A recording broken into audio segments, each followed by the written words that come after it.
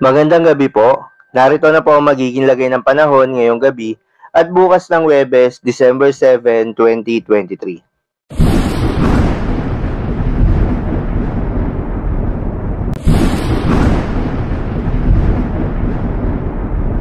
Sa kasalukuyan nga po ay northeast monsoon pa rin o yung hanging amihan ang patuloy na nakakaapekto sa extreme northern Luzon.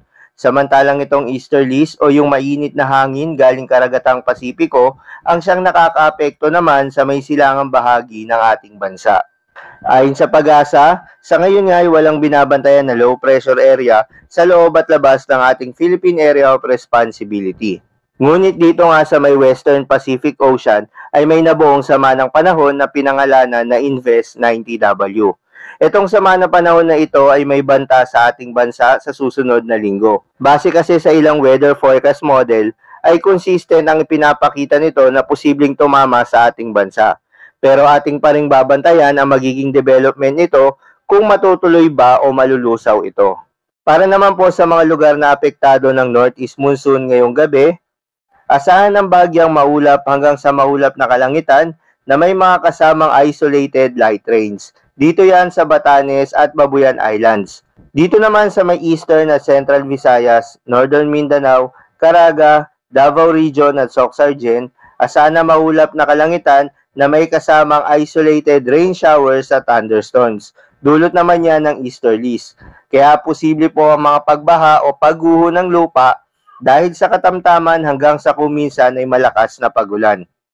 Dito naman sa Metro Manila at iba pang bahagi ng bansa, asahan ng bagyang maulap hanggang sa maulap na papawirin na may kasamang isolated rain showers or thunderstorms. Dulot naman yan ng easterlies at localized thunderstorms. Kaya naman sa mga kababayan natin na nakararanas na ng mga pag-ulan noong mga nakaraang araw pa, iba yung pag-iingat po. Huwag rin pong kalimutan magdala ng payong o anumang pananggalang sa ulan kapag lalabas ng kanilang tahanan. Para naman sa lagay ng panahon, bukas ng Huwebes, December 7, 2023 dito sa Luzon, itong Northern Luzon ay makararanas pa rin ng mga maulap na panahon na may mga kalat-kalat na pagulan, dulot pa rin yan ng northeast monsoon. Sa nalalabing bahagi naman ng Luzon, asahan na magiging maliwalas ang panahon na may mga tsansa ng mga localized thunderstorms. Para naman sa lagay ng panahon dito sa Visayas at Mindanao, itong eastern section ng Visayas at Mindanao ay makararanas ng maulap na panahon, dulot pa rin yan ng easterlies. At sa nalalabing bahagi naman ng Visayas at Mindanao ay asahan ng maliwalas na panahon. Para naman sa lagay ng mga dagat baybayin, ayon sa PAGASA ay walang nakataas na gale warning sa anumang seaboards ng ating bansa.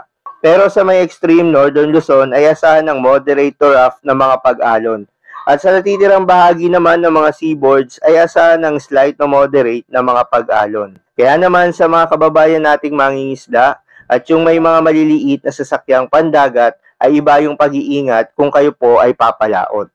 So yun lamang po para sa lagay ng panahon ngayong gabi ng Martes. Keep safe everyone.